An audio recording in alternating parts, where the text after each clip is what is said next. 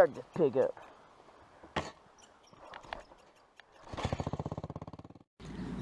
Hey, what's going on, guys? My name is Brandon and welcome to Mighty Motors Garage. Today we are going to be talking about why Makswerks is a genius. Makswerks is a small YouTube channel that has about 500 subscribers. He works on various wrecked motorcycles and fixes them, and I just love his channel. It kind of inspired me to start this channel, and he inadvertently solved my problem to this little four-wheeler. The problem I was having, I bought this wiring kit off of eBay. Ha! Gay! Which, you know, eBay, but the old wiring kit, if I can show you, was basically in lots of, here it is right here. This is what it looked like on the four-wheeler. There was literally nothing on here left. They had twisted wires together. Let's see if I can get it on there. They twisted wires together, and it was just hammered. I don't know what else to say. It had this this coil that was basically not even close to the right one. It was like off of a car or something. It wasn't off a car. It was probably off of a lawnmower of some sort. But and it apparently ran at some point with this, and I have a hard time believing that. But you know, whatever. So I picked this four-wheeler up on Craigslist for 50 United States doll hairs. Yes, I did do a Baker X Derrick reference there, but Yeah. anyway, I picked this up, bought this $80 wiring kit, came with everything, came with the key, came with everything you need, regulator, rectifier, coil, starting solenoid. So, I picked this up, hooked everything up, and obviously the wires aren't matching, so it took a little bit of guesswork. But logically I could figure out that, well, this wire doesn't look the same as this wire, but they've got to go together because they're the only two similar ones. And these wires, these actually go to the starter button. These wires don't look anything like these wires, but that's pretty much all that's left. So through process of elimination, I figured that out, hooked everything up, and it didn't work. So I pretty much was really frustrated. I had worked on it for hours trying to figure out what the problem was, and I kind of just set it, you know, kind of on the back burner, sitting over here on my patio, and didn't do anything with it. Well, one day, I watch a lot of YouTube, and, yeah, I watched a lot of YouTube, and I was watching YouTube, and there's this YouTuber that I've been watching for a while. His name is Makswerks Garage. Actually, Makswerks Garage. I was thinking of Haggard Garage, which is also another good YouTube channel. So go check them both out, but I was watching Makswerks, and Makswerks, I'm just going to call him Max, I think that's his name. It's spelled kind of funny, but Max, I was watching his video on his Hayabusa that he picked up and had been sitting for like 6 years, and he redid the carburetors and everything. I have a brand new carburetor on this, so we kind of had something in common. But Max rebuilt the carburetors, got everything working, and could not figure out why the starter button wouldn't work. He figured out that his starter solenoid did not have a good ground. So I'm going to show you that clip here because he can explain it better than me. I'm just kind of an idiot. You know, I'll get better as I go.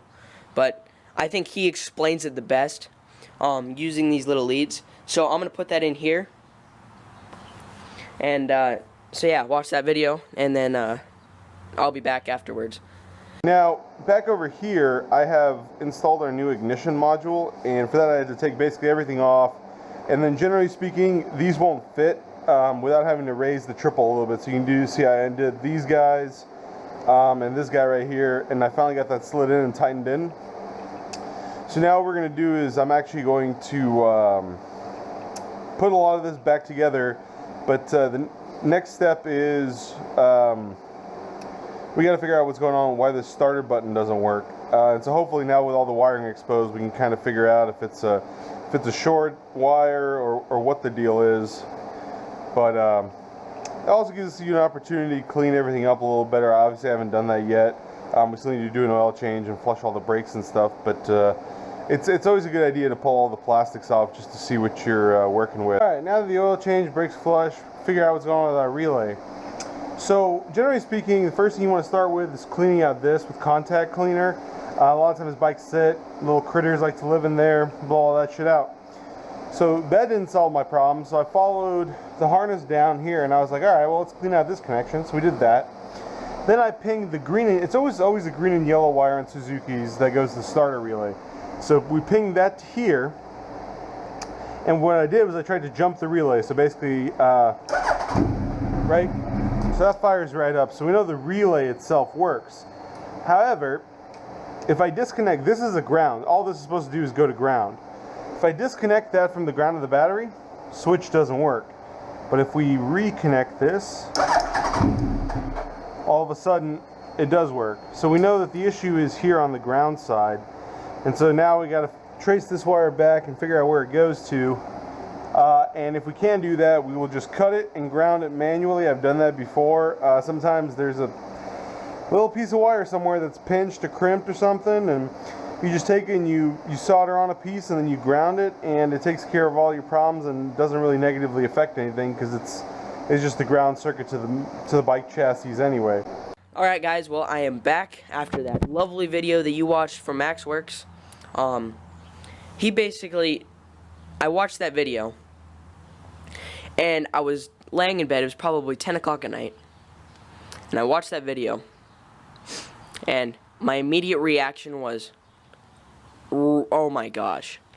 I mean, I instantly knew that that was the problem, because my starter button wouldn't work. I could jump the starter solenoid, and I just immediately knew that was my problem.